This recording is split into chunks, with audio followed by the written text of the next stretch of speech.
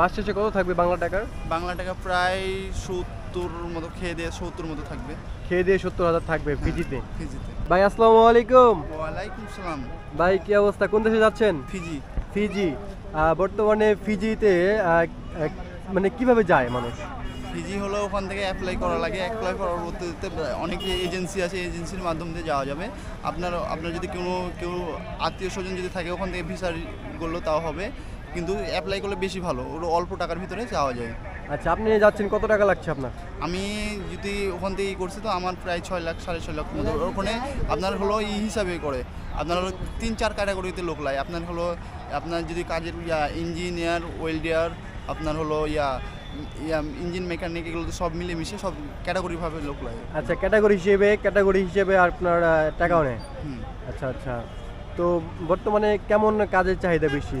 ওই রাষ্ট্রে কাজের চাহিদা অনেক প্রচণ্ড বেশি। বাংলাদেশ থেকে প্রায় 10,000 লোক নিবে? হ্যাঁ। আচ্ছা আচ্ছা। কাজের দক্ষতা যাদের আছে তাদের নিবে? যাদের, আমি একটা কথাই বলবো তাদেরকে, যে যারা নতুনভাবে যাচ্ছে, কর্ম শিখে জানে তারা যায়। কিছু জন্য কর্ম যদি শিখে কোনো রকমভাবে সে যদি সার্টিফিকেট নিয়ে যায়, তার চাহিদা অনেক চাহিদা। আপনার স্যালারি কত দিবে এখানে? আমার ঘন্টা প্রতি 60 টাকা। 7 টাকা? 60 টাকা। আপনার প্রতিদিন তাহলে কয় ঘন্টা কাজ করবেন? 8 ঘন্টা বেসিক। বেসিক 8 ঘন্টা। ওভার টাইমও দিবে বলছে। আচ্ছা আচ্ছা। মাস শেষে কত থাকবে বাংলা টাকার? বাংলা টাকা প্রায় ৭০ মতো, খেয়ে দিয়ে ৭০ মতো থাকবে। খেয়ে দিয়ে ৭০,০০০ থাকবে হ্যাঁ, ফিজিতে? ফিজিতে। মাশাআল্লাহ।